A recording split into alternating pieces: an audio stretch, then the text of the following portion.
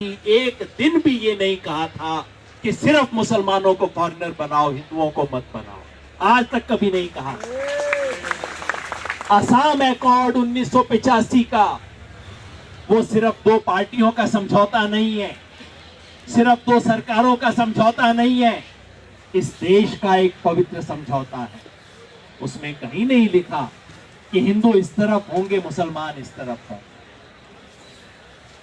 और ये जो अभी लेटेस्ट छेड़खानी की गई है सीएबी में कि इससे इनर लाइट परमिट वाले स्टेट्स को बाहर कर दिया जाएगा, जो ट्राइबल इलाके हैं 6 शेड्यूल के हैं उनको बाहर कर दिया जाएगा।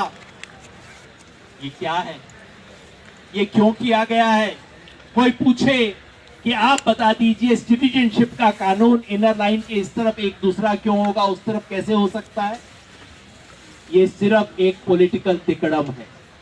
बीजेपी को पता था कि सीएबी का मतलब होगा पूरे नॉर्थ ईस्ट में चिंगारी में डाल देना, पूरे नॉर्थ ईस्ट में आग लगाने का काम होगा सीएबी। बीजेपी को पता था, बीजेपी को पता था कि इससे बीजेपी को नुकसान होगा।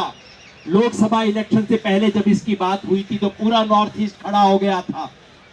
इसलिए अब एक पॉलिटिकल डील हुआ कि तुम चिंता मत करो, तुम्हें इससे बाहर रखेंगे, मिजोरम को बाहर रखेंगे, नागालैंड को बाहर रखेंगे, त्रिपुरा में हमारी सरकार है उसको बाहर रखेंगे, अरुणाचल को बाहर रखेंगे, और असम के जो 6 शेड्यूल एरिया है उसको बाहर रखेंगे। लेकिन असली प्रॉब्लम तो इन सब की है ही नहीं। सारी समस्या तो बाराक वैली और ब्रह्मपुत्र वैली की है असम में, उसको बाहर नहीं रखा जाएगा, बाकी सबसे डील कर लिया गया। ये मत भूलिए कि ये सिटीजनशिप अमेंडमेंट बिल सीधे सीधे वोट बैंक की राजनीति।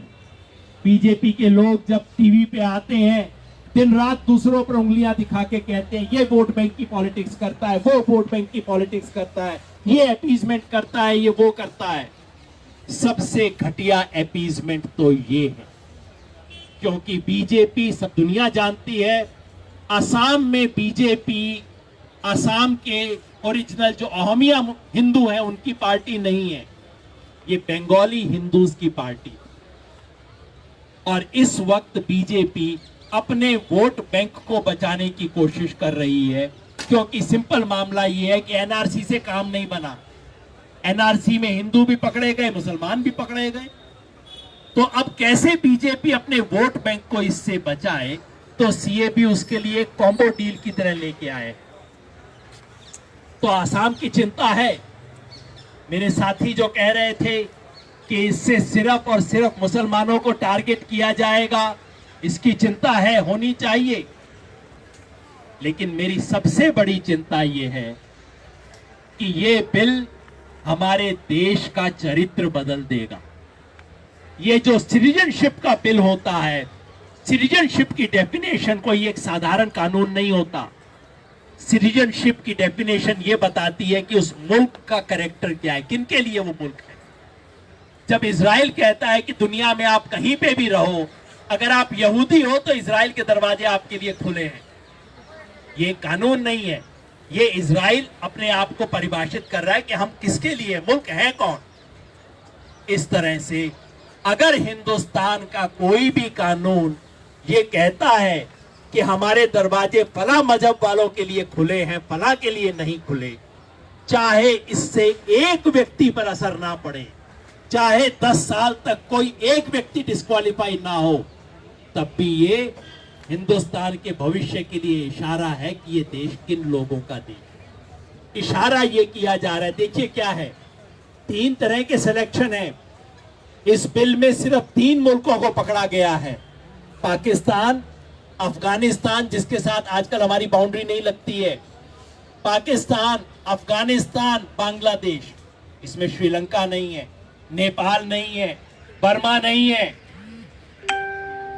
और उनमें से लिस्ट बनाई गई है किस किस रिलीजन को हम एक्सेप्ट करेंगे।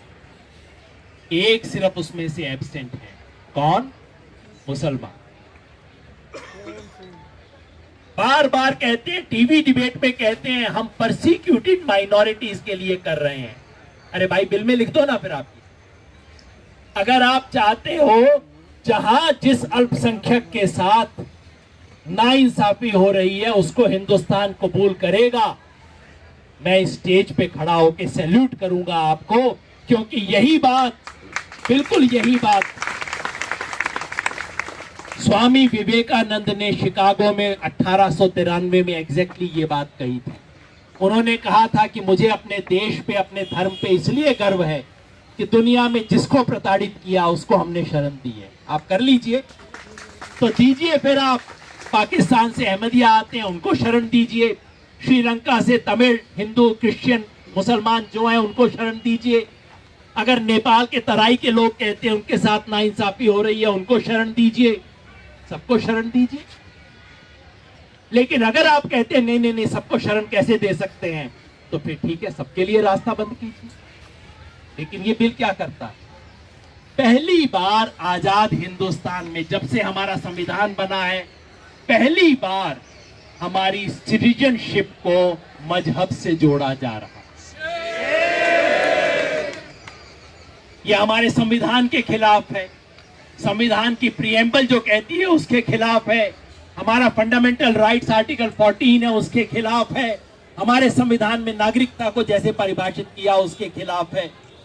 लेकिन उससे भी ज्यादा ये हमारी फ्रीडम स्ट्रगल की जो स्पिरिट है, ये जो हिंदुस्तान की आत्मा है, जिसे मैं भारत का स्वधर्म कहता हूं, उसके खिलाफ।